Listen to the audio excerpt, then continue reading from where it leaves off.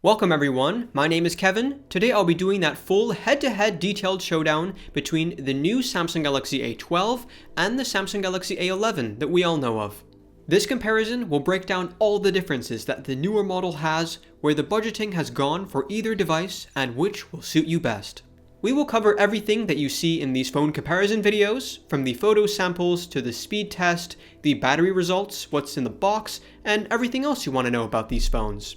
Now, as I said in my Galaxy A12 review, this phone is no replacement to the Galaxy A11, in my opinion. It does, however, make for a good comparison to show what Samsung has prioritized in this year's most anticipated budget-friendly phone. Samsung has packed both devices with multiple rear lenses, the octa-core processors, the helpful biometrics for unlocking, and very capable batteries. Now, to start, let's talk about these displays.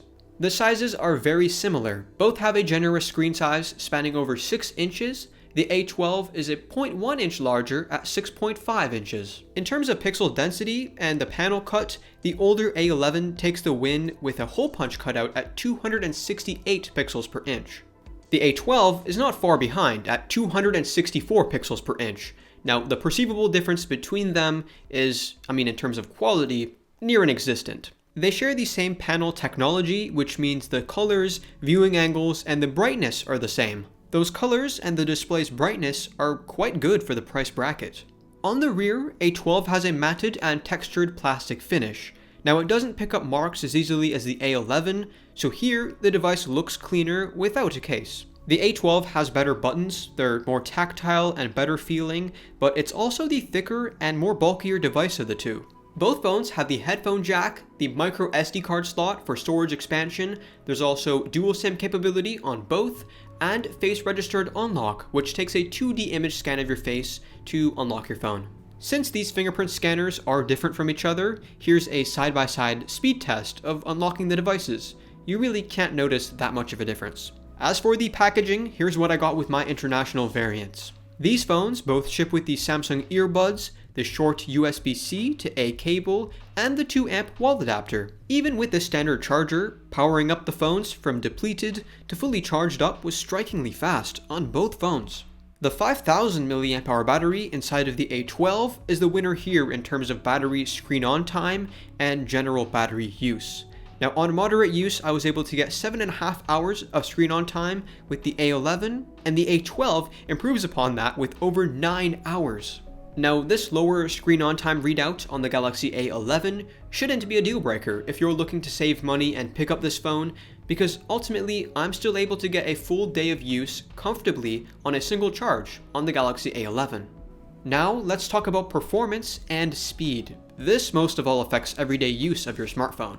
The Samsung Galaxy A11 is packing a Qualcomm Snapdragon 450 and Adreno 506 for graphics. The A12 has a PowerVR graphics unit and the P35 Helio chip from MediaTek, which is a lesser known chipmaker than Qualcomm. Both of these phones have continually impressed me with no lag or app crashes. The boot up test win goes to the A12 by a long shot. The A11 took a lot longer to boot up, and this could be a testament to One UI 2.5 bringing better software optimization to the newer device. As always, I made sure to close all apps in the background or have the same ones open to ensure the most accurate speed test. Now, I did these tests a few times over to make sure my results were actually consistent. Now, my browser test actually revealed that in most instances, there's a near tie in loading time, but the edge usually went to the A11.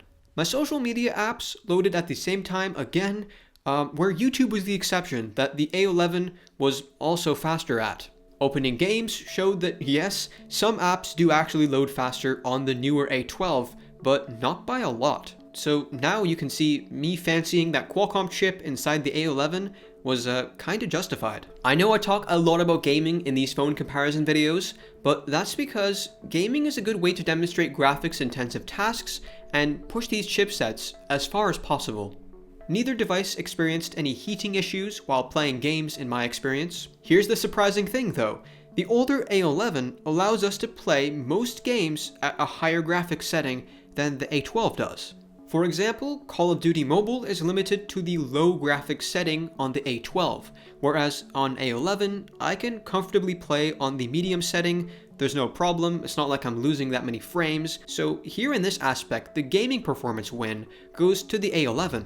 It's worth noting that Samsung did not improve the internal storage speed of the Galaxy A12. On the A11, it was eMMC 5.1 speeds, and that's remained the same. I already criticized Samsung for this in my Galaxy A12 review.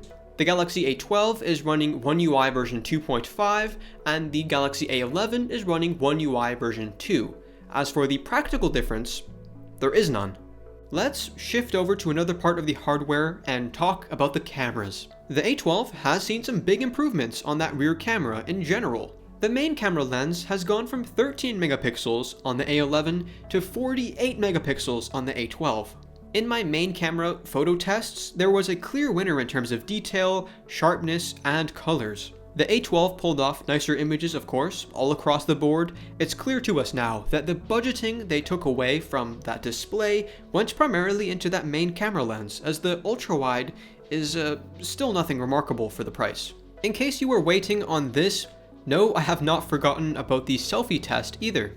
There's a depth sensing camera on both, that's used for the portrait blur effect, known as live focus. The fourth lens that is exclusive on the A12 between these two is actually the 2 megapixel macro lens. We don't have 4K video recording on either phone. Instead, the improvement comes in steadier footage, more detail, and nicer colors. All of this makes the A12's recorded video more usable. Now, personally, if I didn't own either of these phones and I was going to pick one up, I would not shy away from buying the older A11. Now, that's just simply because the main difference between them for me was the cameras. And believe me, the A12 still does have the much better camera. It's much more usable when it comes to actually putting up photos on social media, but I use my professional camera in that instance almost all the time anyways. In the case of there not being a huge price difference, I would go for the A12. But if again you're seeing the A11 on a big discount, or there's just a big price premium on the A12 right now, go for that A11. I think it's nice for the A11 owners to know that their smartphone is still a very strong contender on the market, and if you're buying the A12 now, because it's just come out not too long ago, I think this phone is going to be very strong on the market in 2021 and also for a long time to come. That's it for my comparison of these two phones. I am coming out with A12 versus A02s. That is an even more budget phone. It's actually closer in price to the A11 now. The A02s is going to be really exciting for me personally, so if you want to see that comparison, make sure you're subscribed to my channel with the notification bell turned on, drop a like on this video, and that's all for today, my friends. I'll talk to you soon. Bye for now.